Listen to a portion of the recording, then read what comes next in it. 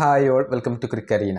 മലയാളി താരമായ സഞ്ജു സാംസണുമായി ബന്ധപ്പെട്ടുകൊണ്ടുള്ള ചില അപ്ഡേറ്റുകൾ ഇന്നലെ ക്രിക്ക് ബസ് നൽകിയിരുന്നു.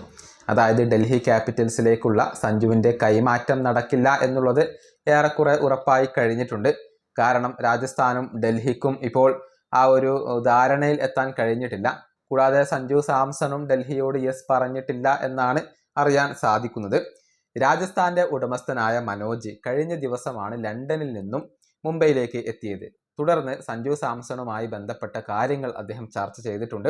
മറ്റു ഫ്രാഞ്ചൈസികളുമായുള്ള ചർച്ചകൾ ഇപ്പോൾ നടന്നുകൊണ്ടിരിക്കുകയാണ്. Kolkata, LSG, Delhi Capitals, CSK എന്നിവരുമായാണ് അദ്ദേഹം ചർച്ചകൾ നടത്തിയിട്ടുള്ളത്. ഇതിൽ ചെന്നൈ സൂപ്പർ കിങ്സ് ആണ് സഞ്ജുവിന് വേണ്ടിയുള്ള ഈ ഒരു റേസിൽ മുന്നിട്ട് നിൽക്കുന്നത് എന്നാണ് ക്രിക്ക് ബസ് പറഞ്ഞിട്ടുള്ളത്. ഇനി പ്രമുഖ മാധ്യമ പ്രവർത്തകനായ രോഹിത് ജുഗ്ലാൻ ഇതുമായി ബന്ധപ്പെട്ടുകൊണ്ടുള്ള ചില അപ്ഡേറ്റുകൾ കൂടി നൽകിയിട്ടുണ്ട്. അത് നമുക്കൊന്ന് പരിശോധിക്കാം. അതായത് ദീപക് ഹൂഡയെ ചെന്നൈ സൂപ്പർ കിങ്സ് റിലീസ് ചെയ്തേക്കും എന്നായിരുന്നു ആദ്യത്തെ റിപ്പോർട്ടുകൾ. പക്ഷേ അദ്ദേഹത്തെ നിലനിർത്താനുള്ള സാധ്യതകളെ നമുക്ക് തള്ളിക്കളയാനാവില്ല എന്നാണ് രോഹിത് ജുഗ്ലാൻ ഇപ്പോൾ പറഞ്ഞിട്ടുള്ളത്.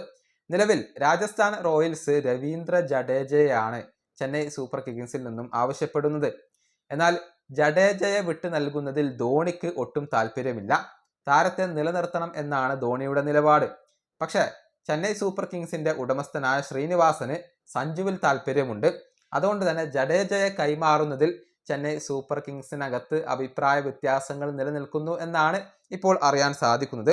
പിന്നെയുള്ള ഒരു ഓപ്ഷൻ സഞ്ജുവിനെ ലേലത്തിൽ പറഞ്ഞയക്കുക, എന്നിട്ട് അവിടെ സ്വന്തമാക്കുക എന്നുള്ളതാണ്. പക്ഷെ അത് ചെന്നൈ സൂപ്പർ കിങ്സിനെ സംബന്ധിച്ചിടത്തോളം വളരെയധികം റിസ്ക് ഉള്ള ഒരു കാര്യമാണ്. കാരണം മറ്റു പല ഫ്രാഞ്ചൈസികൾക്കും താല്പര്യമുള്ള താരമാണ് സഞ്ജു സാംസൺ. പ്രത്യേകിച്ച് കൊൽക്കത്തയ്ക്ക് രാഹുലിനെ ഇതുവരെ ലഭിച്ചിട്ടില്ല. അതുകൊണ്ട് തന്നെ സഞ്ജുവിന് വേണ്ടി അവർ ശ്രമങ്ങൾ നടത്തിയേക്കും. ലേലത്തിൽ ഉണ്ടെങ്കിൽ കൊൽക്കത്തയും വലിയ തുക ചിലവഴിക്കാൻ തയ്യാറായേക്കും എന്നുള്ളതാണ്.